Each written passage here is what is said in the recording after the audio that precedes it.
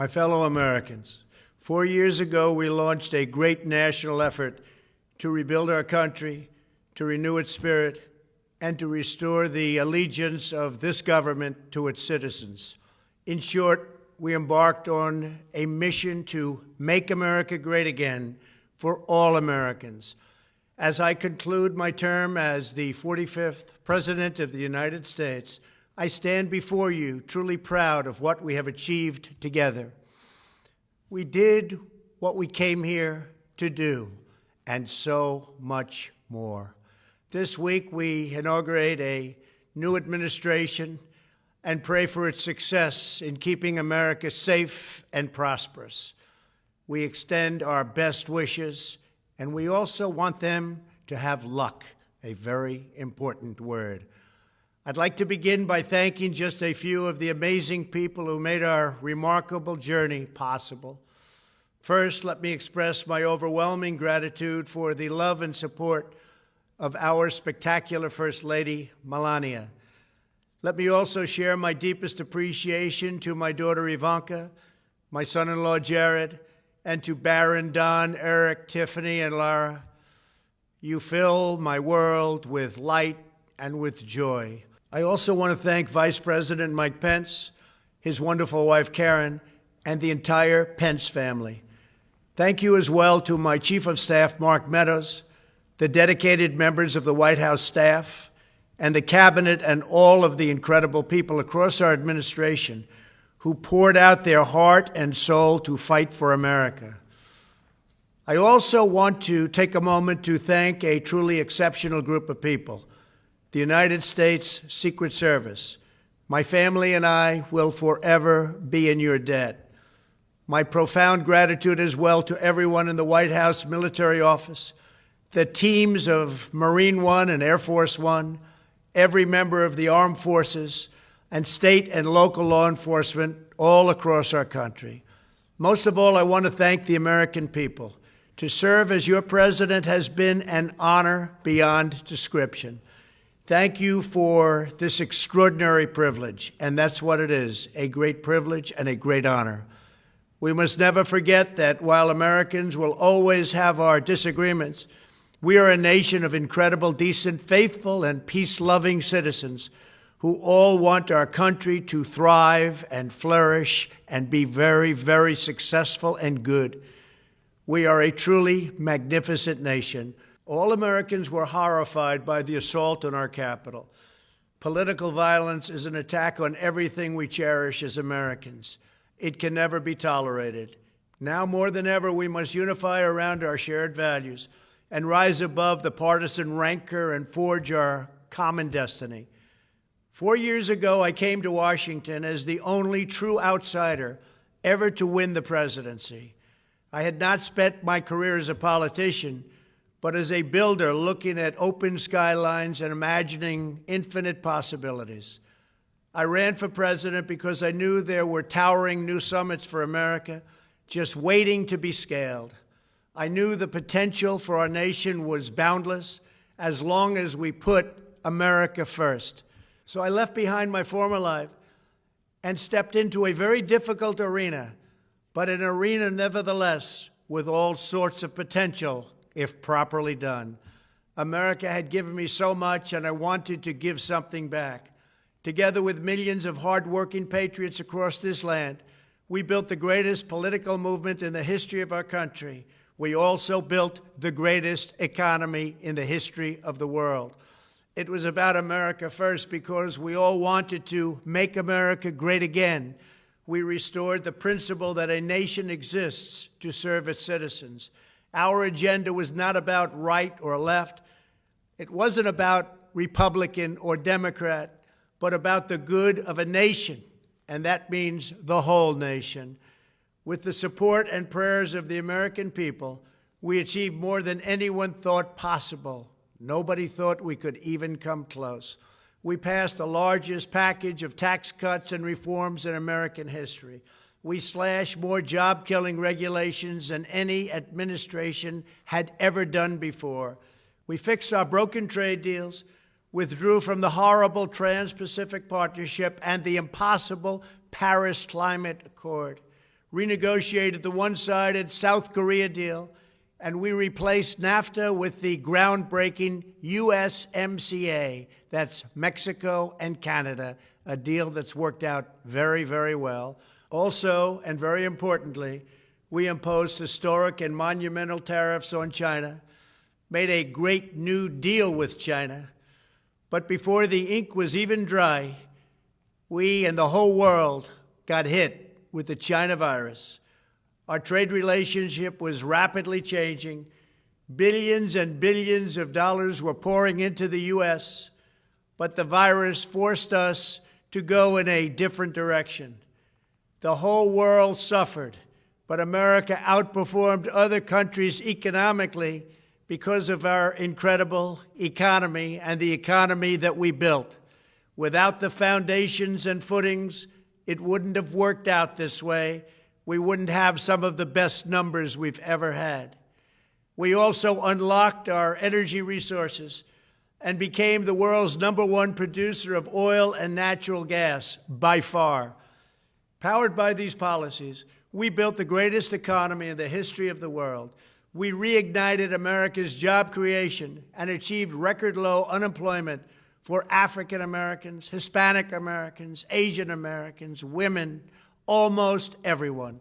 Income soared, wages boomed, the American dream was restored, and millions were lifted from poverty in just a few short years. It was a miracle. The stock market set one record after another, with 148 stock market highs during this short period of time, and boosted the retirements and pensions of hardworking citizens all across our nation. 401ks are at a level they've never been at before. We've never seen numbers like we've seen, and that's before the pandemic and after the pandemic. We rebuilt the American manufacturing base, opened up thousands of new factories, and brought back the beautiful phrase, made in the USA. To make life better for working families, we doubled the child tax credit and signed the largest ever expansion of funding for child care and development. We joined with the private sector to secure commitments to train more than 16 million American workers for the jobs of tomorrow. When our nation was hit with the terrible pandemic, we produced not one, but 2 vaccines with record-breaking speed, and more will quickly follow. They said it couldn't be done, but we did it. They called it a medical miracle, and that's what they're calling it right now, a medical miracle. Another administration would have taken 3, 4, 5, maybe even up to 10 years to develop a vaccine. We did it in 9 months. We grieve for every life lost, and we pledge in their memory to wipe out this horrible pandemic once and for all. When the virus took its brutal toll on the world's economy, we launched the fastest economic recovery our country has ever seen. We passed nearly $4 trillion in economic relief, saved or supported over 50 million jobs, and slashed the unemployment rate in half. These are numbers that our country has never seen before. We created choice and transparency in health care, stood up to Big Pharma in so many ways, but especially in our effort to get favored nations clauses added, which will give us the lowest prescription drug prices anywhere in the world. We passed VA choice, VA accountability, right to try, and landmark criminal justice reform. We confirmed 3 new justices of the United States Supreme Court. We appointed nearly 300 federal judges to interpret our Constitution as written. For years, the American people pleaded with Washington to finally secure the nation's borders. I am pleased to say we answered that plea and achieved the most secure border in U.S. history. We have given our brave border agents and heroic ICE officers the tools they need to do their jobs better than they have ever done before, and to enforce our laws and keep America safe. We proudly leave the next administration with the strongest and most robust border security measures ever put into place. This includes historic agreements with Mexico, Guatemala, Honduras, and El Salvador, along with more than 450 miles of powerful new wall. We restored American strength at home and American leadership abroad. The world respects us again. Please don't lose that respect. We reclaimed our sovereignty by standing up for America at the United Nations and withdrawing from the one-sided global deals that never served our interest. And NATO countries are now paying hundreds of billions of dollars more than when I arrived just a few years ago. It was very unfair. We were paying the cost for the world. Now the world is helping us. And perhaps most importantly of all, with nearly $3 trillion, we fully rebuilt the American military, all made in the USA. We launched the first new branch of the United States Armed Forces in 75 years, the Space Force. And last spring, I stood at Kennedy Space Center in Florida and watched as American astronauts returned to space on American rockets for the first time in many, many years. We revitalized our alliances and rallied the nations of the world to stand up to China like never before. We obliterated the ISIS caliphate and ended the wretched life of its founder and leader, al-Baghdadi. We stood up to the oppressive Iranian regime and killed the world's top terrorist, Iranian butcher Qasem Soleimani. We recognized Jerusalem as the capital of Israel and recognized Israeli sovereignty over the Golan Heights. As a result of our bold diplomacy and principled realism, we achieved a series of historic peace deals in the Middle East. Nobody believed it could happen. The Abraham Accords opened the doors to a future of peace and harmony, not violence and bloodshed. It is the dawn of a new Middle East, and we are bringing our soldiers home. I am especially proud to be the first president in decades who has started no new wars. Above all, we have reasserted the sacred idea that in America, the government answers to the people. Our guiding light, our North Star, our unwavering conviction has been that we are here to serve the noble, everyday citizens of America. Our allegiance is not to the special interests, corporations, or global entities. It's to our children, our citizens, and to our nation itself. As president, my top priority, my constant concern, has always been the best interests of American workers and American families. I did not seek the easiest course. By far, it was actually the most difficult. I did not seek the path that would get the least criticism.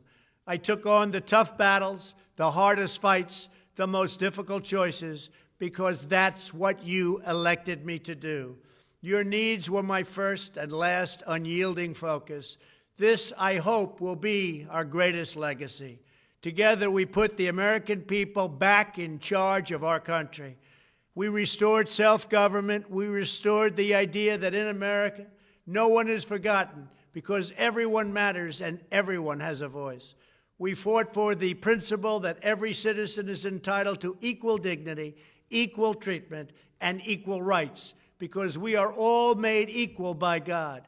Everyone is entitled to be treated with respect, to have their voice heard, and to have their government listen. You are loyal to your country, and my administration was always loyal to you. We worked to build a country in which every citizen could find a great job and support their wonderful families. We fought for the communities where every American could be safe and schools where every child could learn. We promoted a culture where our laws would be upheld, our heroes honored, our history preserved, and law-abiding citizens are never taken for granted. Americans should take tremendous satisfaction in all that we have achieved together. It's incredible. Now, as I leave the White House, I have been reflecting on the dangers that threaten the priceless inheritance we all share. As the world's most powerful nation, America faces constant threats and challenges from abroad. But the greatest danger we face is a loss of confidence in ourselves, a loss of confidence in our national greatness.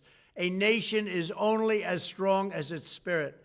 We are only as dynamic as our pride. We are only as vibrant as the faith that beats in the hearts of our people. No nation can long thrive that loses faith in its own values, history, and heroes, for these are the very sources of our unity and our vitality. What has always allowed America to prevail and triumph over the great challenges of the past has been an unyielding and unashamed conviction in the nobility of our country and its unique purpose in history. We must never lose this conviction. We must never forsake our belief in America. The key to national greatness lies in sustaining and instilling our shared national identity. That means focusing on what we have in common, the heritage that we all share. At the center of this heritage is also a robust belief in free expression, free speech, and open debate. Only if we forget who we are and how we got here could we ever allow political censorship and blacklisting to take place in America. It's not even thinkable. Shutting down free and open debate violates our core values and most enduring traditions. In America, we don't insist on absolute conformity or enforce rigid orthodoxies and punitive speech codes. We just don't do that. America is not a timid nation of tame souls who need to be sheltered and protected from those with whom we disagree. That's not who we are. It will never be who we are. For nearly 250 years, in the face of every challenge, Americans have always summoned our unmatched courage, confidence, and fierce independence. These are the miraculous traits that once led millions of everyday citizens to set out across a wild continent and carve out a new life in the Great West. It was the same profound love of our God-given freedom that willed our soldiers into battle and our astronauts into space. As I think back on the past 4 years, one image rises in my mind above all others. Whenever I traveled all along the motorcade route, there were thousands and thousands of people. They came out with their families so that they could stand as we passed and proudly wave our great American flag. It never failed to deeply move me. I knew that they did not just come out to show their support of me. They came out to show me their support and love for our country. This is a republic of proud citizens who are united by our common conviction that America is the greatest nation in all of history. We are and must always be a land of hope, of light, and of glory to all the world. This is the precious inheritance that we must safeguard at every single turn. For the past 4 years, I have worked to do just that. From a great hall of Muslim leaders in Riyadh to a great square of Polish people in Warsaw, from the floor of the Korean Assembly to the podium at the United Nations General Assembly, and from the Forbidden City in Beijing to the shadow of Mount Rushmore, I fought for you, I fought for your family, I fought for our country. Above all, I fought for America and all it stands for, and that is safe, strong, proud, and free. Now, as I prepare to hand power over to a new administration at noon on Wednesday, I want you to know that the movement we started is only just beginning. There's never been anything like it. The belief that a nation must serve its citizens will not dwindle, but instead only grow stronger by the day. As long as the American people hold in their hearts deep and devoted love of country, then there is nothing that this nation cannot achieve. Our communities will flourish, our people will be prosperous, our traditions will be cherished, our faith will be strong, and our future will be brighter than ever before. I go from this majestic place with a loyal and joyful heart, an optimistic spirit, and a supreme confidence that for our country and for our children, the best is yet to come. Thank you and farewell. God bless you. God bless the United States of America.